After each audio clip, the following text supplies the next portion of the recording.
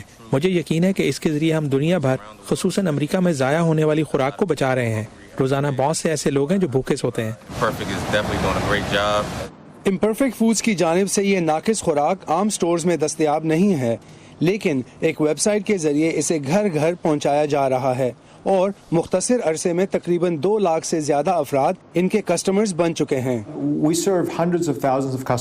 ہمارے لیے یہ فخر کی بات ہے کہ ہم ہر ہفتے لاکھوں افراد کو اس مشن کا حصہ بنا رہے ہیں. لوگوں کو ہماری بھیجی خوراک بہت پسند آتی ہے اور ساتھ ہی ہمیں یہ پتہ چلتا ہے کہ لوگ واقعی چاہتے ہیں کہ خوراک کے ضیاع کو روکنے کے لیے روزانہ کی بنیاد پر کچھ نہ کچھ ضرور کیا جائے.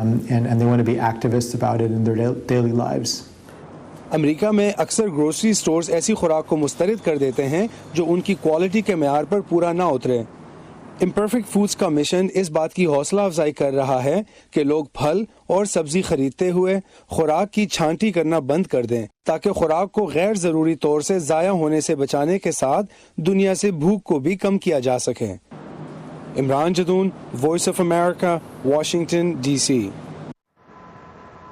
مستقبل میں انسانوں کی بنیادی ضرورتیں کیسے پوری ہوں گی، اس کے لیے نوجوانوں کو سوچنے کی دعوت دیتا ہے فیوچر سٹی کمپٹیشن. امریکہ میں منعقد ہونے والا ایک سالانہ مقابلہ جس میں آج کے طالب علم کل کے مسائل کے لیے نئے حل پیش کرتے ہیں. اس سال پینے کے صاف پانی کی فراہمی یقینی بنانے کے لیے دنیا بھر سے مڈل اسکول کی سطح کے 45,000 طالب علموں نے اپنے آئیڈیاز پیش کیے جنہیں واشنگٹن ڈی سی میں نمائش پہ رکھا گیا.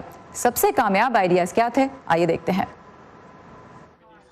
یہ موجہ ہے اس سال کا فیوچر سٹی کا مقابلہ جیتنے والا مستقبل کا شہر. یہ تصوراتی ماڈل امریکی ریاست انڈیانا سے تعلق رکھنے والے مڈل اسکول کے طلباء کی ایک ٹیم نے تیار کیا ہے. اس سال مقابلے کا موضوع تھا clean water tap into tomorrow. اس میں طلباء سے صاف پانی کی قابل اعتماد فراہمی پر توجہ دینے کو کہا گیا. اس پروگرام کا مقصد مجموعی طور پر طلباء کو مستقبل کے شہروں کا خاکہ پیش کرنا اور انہیں بنانا ہے. ایک چیز جو اسے لچکدار بناتی ہے وہ یہ ہے کہ ہمارے پاس استعمال شدہ پانی کو صاف کرنا اور واٹر سٹیئرز کے علاوہ ایسی سہولیات ہیں جو ہمارے شہر کو صاف رکھنے میں مدد دیتی ہیں. فیوچر سٹی مقابلے کے ایک جج کا کہنا ہے کہ یہ مقابلہ طلباء کی تخلیقی صلاحیتوں اور تخیلات کو پروان چڑھاتا ہے. وہ اس بارے میں بات کر سکتے ہیں کہ مستقبل کیسا ہونا چاہیے کیونکہ وہ اپنے ذہن میں اس کی تصویر دیکھ رہے ہوتے ہیں. ممکنہ مسئلوں سے نمٹتے ہیں جو مستقبل میں آبادی کے بڑے حصے کو متاثر کر سکتے ہیں اور پھر اپنے پاس موجود محدود وسائل کو استعمال کرتے ہیں اور مسئلے کے حل کے لیے نئی ٹیکنالوجی بھی تیار کرتے ہیں.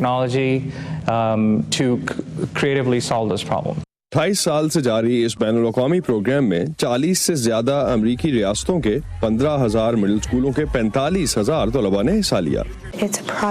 یہ وہ پروجیکٹ ہے جس میں بہت ساری انجینئرنگ اور بہت سی مختلف مہارتیں درکار ہوتی ہیں. اس مقابلے کے 4 مختلف حصے ہیں. ایک سم شہر ہے جس میں ایک ورچوئل شہر کو ڈیزائن کرنا ہوتا ہے. پھر 1500 الفاظ کا ایک مضمون لکھنا ہوتا ہے. ایک ماڈل بنانا ہوتا ہے اور ایک پریزنٹیشن دینی ہوتی ہے جس دوران آپ سوالوں کے جواب دیتے ہیں. بین الاقوامی ٹیموں میں چین کی بھی ایک ٹیم شامل تھی جو چین میں کرونا وائرس پھیلنے کی وجہ سے شامل نہ ہو سکی. ہمارے پاس چین میں مستقبل کے شہر کا بہت مضبوط پروگرام ہے. وہ کئی سالوں سے ہمارے ساتھ ہوتا ہے اور ہمیشہ ہماری خواہش ہوتی ہے کہ وہاں سے ہماری ٹیم واشنگٹن ڈی سی آئے. بدقسمتی سے اس سال سفری پابندیوں کی وجہ سے وہ ہمارے ساتھ شامل نہیں ہو سکے. کینیڈا کے لوگوں کو اتنی رکاوٹ نہیں تھی لیکن پھر بھی انہیں بہت سا بھاری سامان اٹھانا پڑا.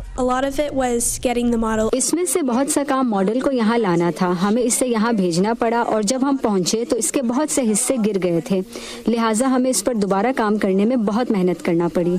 سرفہرست 5 ٹیموں میں کینسا سٹی میٹروپولیٹن کے علاقے اور شمالی کیرولائنا، نیو یارک کا دارالحکومت البنی اور اڈاہو کے اسکول شامل تھے. گرینڈ پرائز حاصل کرنے والے انڈیانا کے اسکول کے اسٹیم پروگرام کو $7,500 اور انعام کے طور پر امریکی اسپیس کیمپ کا دورہ کرایا گیا. سحر ماجد کے ساتھ اسد اللہ خالد، وائس آف امریکہ. اور اسی کے ساتھ ختم ہوتا ہے آج کا ویو 360. facebook.com/VO اردو کے پیج پہ آپ جب چاہیں لاگ آن کر سکتے ہیں اور پروگرام میں شامل رپورٹس دوبارہ بھی دیکھ سکتے ہیں اور ان پہ اپنی رائے بھی ہم تک پہنچا سکتے ہیں. ٹویٹر پر ہمارا ہینڈل ہے @UrduVOA اور انسٹاگرام پہ بھی آپ اردو ویو کو ضرور فالو کیجیے. سارا زمان کو اجازت دیجیے. خدا حافظ.